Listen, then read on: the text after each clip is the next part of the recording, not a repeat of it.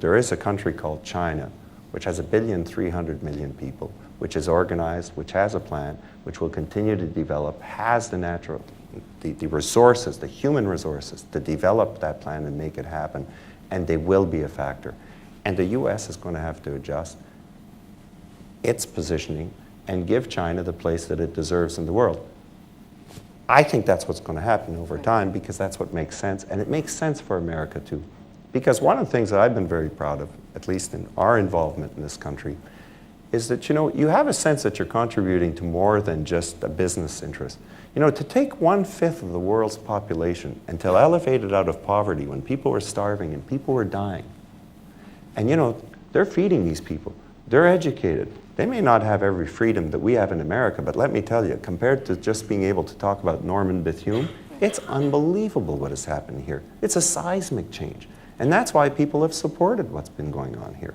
So China is going to be a factor, and you must support an effort like this because I think it makes the world a much safer place. To have 1,500,000,000 people happy, developing things, doing things, and stable is fantastic for the world.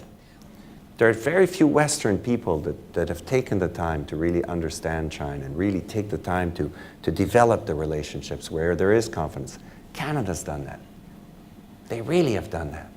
It's a huge asset for our country because the United States will always have difficulties understanding China, and China will always have difficulties understanding the US. And different military and economic interests. Absolutely. And it comes, I think, actually comes from a very simple thing. It comes from the fact that in the US, we believe that really without empowering the individual, you can't possibly have a great country. And it is that empowerment that creates really the force that has allowed us to be what we are. In China, because there are 1,300,000,000 people, you have to have rules that can allow, collective rules that allows the individual to be empowered. I think that there are some arguments to be made as to whether or not you're really dealing business to business or state against business, and these are some of the complexities that they have to work out.